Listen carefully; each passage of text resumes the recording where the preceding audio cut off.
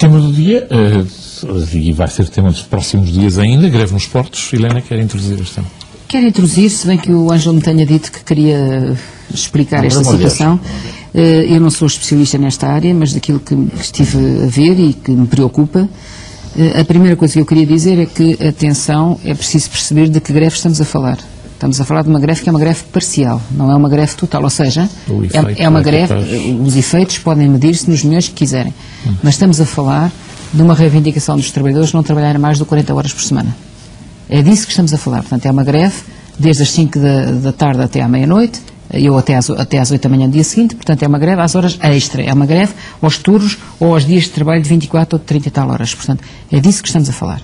E os trabalhadores dos portos não são menos que os outros e têm direito, como todos os outros trabalhadores, a ter uma semana de trabalho com um horário normal e se tiver um horário extra, têm direito a ser compensados por isso.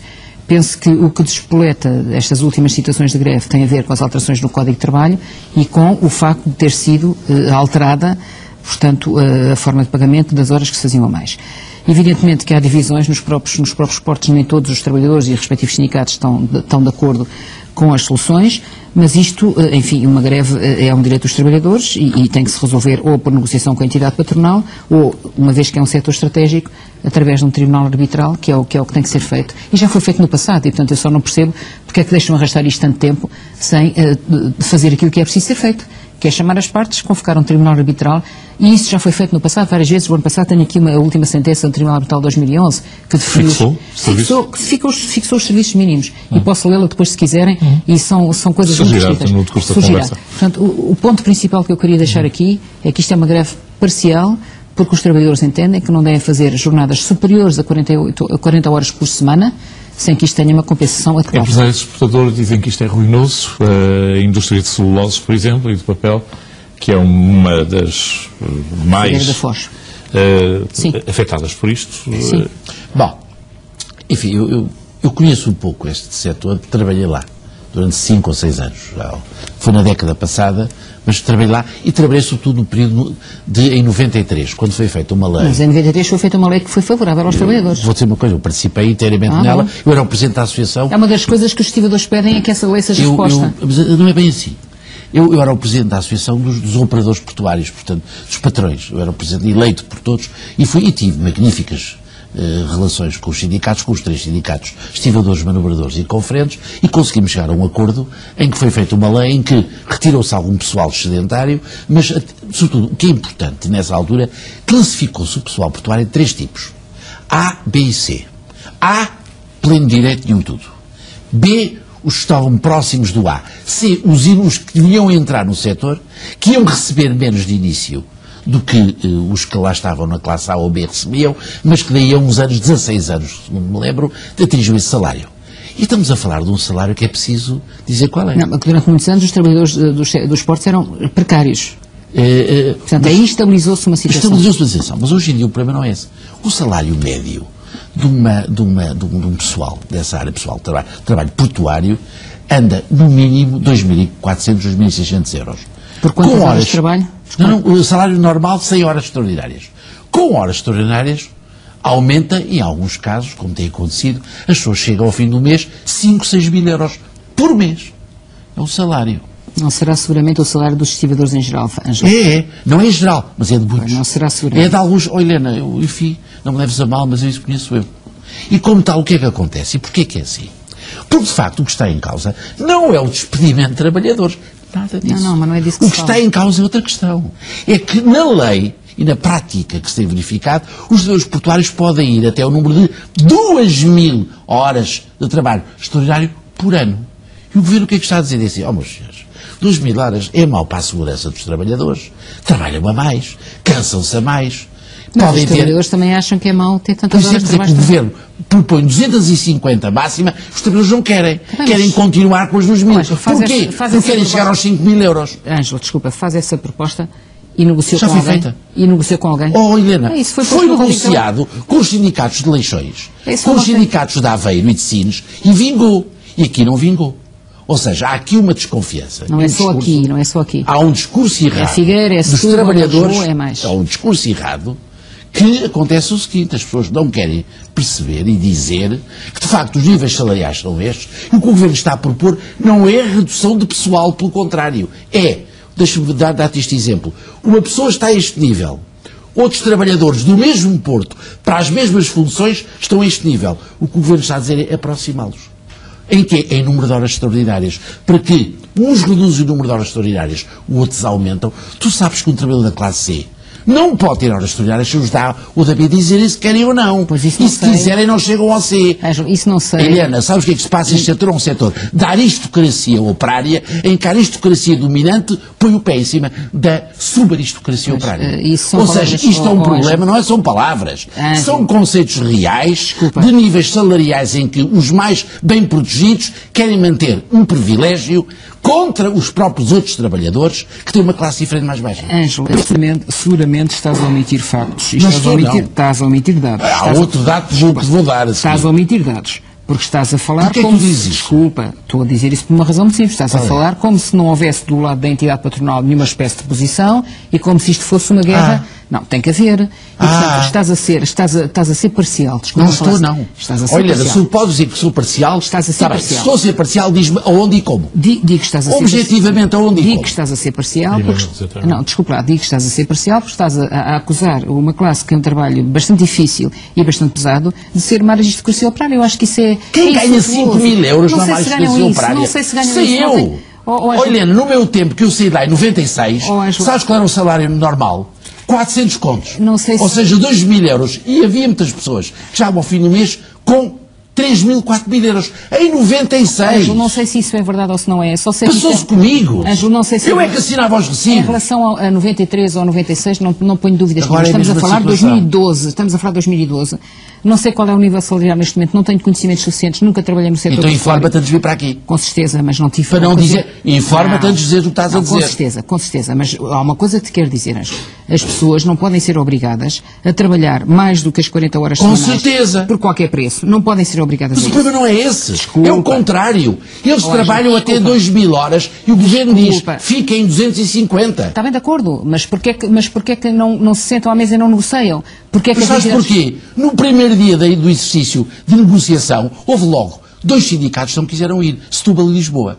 Porquê que se negociou em Sines? Porquê que se negociou no Porto? E neste está numa posição rígida, fixista, fazendo o que tu disseste, slow down, que é não há greve, mas devagarinho. Desculpa lá, não é assim, Ângelo. Há uma greve, há um aviso de greve, há uma greve parcial, há uma greve a partir de determinados horários, há uma greve que tem esse fundamento, há uma greve que critica a alteração do Código de Trabalho. Uma greve parcial, Helena, perdão-me a interrupção, por vezes é tão fácil. Mário, com toda a certeza. Os transportes públicos, Mário, com toda a certeza, mas por isso... Às 6 da tarde... Mário, com toda a certeza, mas por isso mesmo é que estes setores fazem parte dos termos do Código de Trabalho, não só do atual, mas dos anteriores, fazem parte, são setores estratégicos e, portanto, quando existem greves, existem determinadas possibilidades de lhes ocorrer de uma maneira mais expedita. É preciso que as entidades se entendam, se não se entendem, há um tribunal arbitral, se não há tribunal arbitral, tem que haver serviços mínimos. É isto que tem que ser feito. Portanto, isto ainda não foi feito.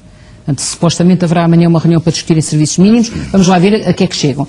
A última decisão que eu tive acesso relativamente a serviços mínimos é uma decisão de 2011 e coloca os mínimos, são mínimos mesmo, quer dizer, é só casos de saúde, emergência nacional, questões militares, pouco mais que isto. Vamos ver o que é que o Tribunal Arbitral decidirá. Agora, aquilo que eu penso é que nestas situações estamos a falar de um setor que é efetivamente um setor-chave, mas estamos a falar também de um trabalho que é um trabalho extremamente violento, é um trabalho extremamente exigente, e, portanto... Mas olha, ninguém discute que não diz que não. Ângelo, desculpa, as pessoas, o direito à greve está na Constituição. Portanto, tu, que já foste sindicalista, não serás considerado... Se tu me respondes formalmente com isso, eu respondo de uma maneira não formal, que é esta. Ninguém discute o salário daquelas pessoas. Deus queira que eles continuem a ter o salário base que têm. O que está em discussão é outra coisa. É, em vez de terem tantas horas extraordinárias, só uma classe, baixar o número de horas extraordinárias para que aqueles que não têm terem mais. Mas então, é isso que tem que ser transmitido, é isso que tem que ser apresentado, é isso que tem que ser discutido. Já foi porque a informação que nós temos e a informação que chega ao cidadão comum é os portos estão paralisados e estão a dar cabo da economia. E essa é uma informação... É verdade. Desculpa, mas é uma informação parcial. há uma informação parcial. Nisso tens razão. É uma informação o Governo parcial. já devia ter apresentado isso ao com país. Certeza. Tens razão. Há problemas para a economia nacional, mas também há problemas para a economia das famílias. As coisas têm que entrar nos eixos de outra maneira, estás a compreender? Eu não admito que nós possamos a economia, nós tenhamos a ilusão que vamos pôr a economia nacional a funcionar em prejuízo da economia das famílias. Tem que haver aqui convergência. E, portanto, o que eu sinto é que há incapacidade negocial, incapacidade de concertação e incapacidade de decisão. É isto que eu vejo. É isto que eu vejo. Eu a isso não te consigo responder. Pronto, nem consegues, nem queres. Portanto, não nem sei. Queres. Porque eu não sei quais são os factos que se passaram nas negociações. Sei que houve logo de princípio, nos sindicatos da área de trabalhadores portuários de Lisboa e Setúbal, logo uma recusa de diálogo. Bom, agora, o que eu queria desmistificar, 2 pontos só. Não está em causa nenhum despedimento. Mas ninguém falou em despedimentos, eu não. Tu não. Eu não. Eu sei. Desculpa lá. Eu não estou a falar. Eu falei em horários. Falaram os outros. Eles. Não, eu falei em horários. Eu falei em horários. Eu falei em horários. Eu falei em tempo de trabalho e falei em condições de trabalho. Não falei em despedimentos. Sobre tempos de trabalho, é exatamente o que tu disseste, ao contrário. Ou seja, eles têm horas a mais permitidas e o que se pretende é baixar o número de horas extraordinárias. Ângelo, tudo isso é possível. Eu próprio passei por um processo semelhante na Câmara de Lisboa, com uma grande contestação sobre a diminuição de horas extraordinárias. Também havia um excesso de horas extraordinárias. Para alguns. Simplesmente a redução das horas extraordinárias de uma maneira radical e instantânea, sem ser negociada, provoca problemas graves nas famílias. Portanto, as pessoas têm que se sentar à mesa e discutir, porque temos que ter aqui uma visão também de conjunto. Posso conceder a pessoa está com determinado nível de rendimento. Tu dizes que é 5 mil euros, eu não sei se é verdade ou não é. Alguns que levam isso. Admito que a maior parte não chegará nem pouco mais. O salário base é à volta de 3 mil, 2.400. Não é essa a imagem que nós temos do que é o ser o trabalho do estudador. Mas seja como for, posso ser eu que estou enganada, não vou aí discutir, não tenho essa presunção. O trabalho de estiva, vamos lá ver, em é 2012 é mais substancialmente diferente dos tempos em que... Mário, eu tenho consciência disso, desculpa lá, eu tenho consciência disso, é especializado, envolve maquinaria pesada, responsabilidades, acidentes de trabalho, são operadores de sistemas, são operadores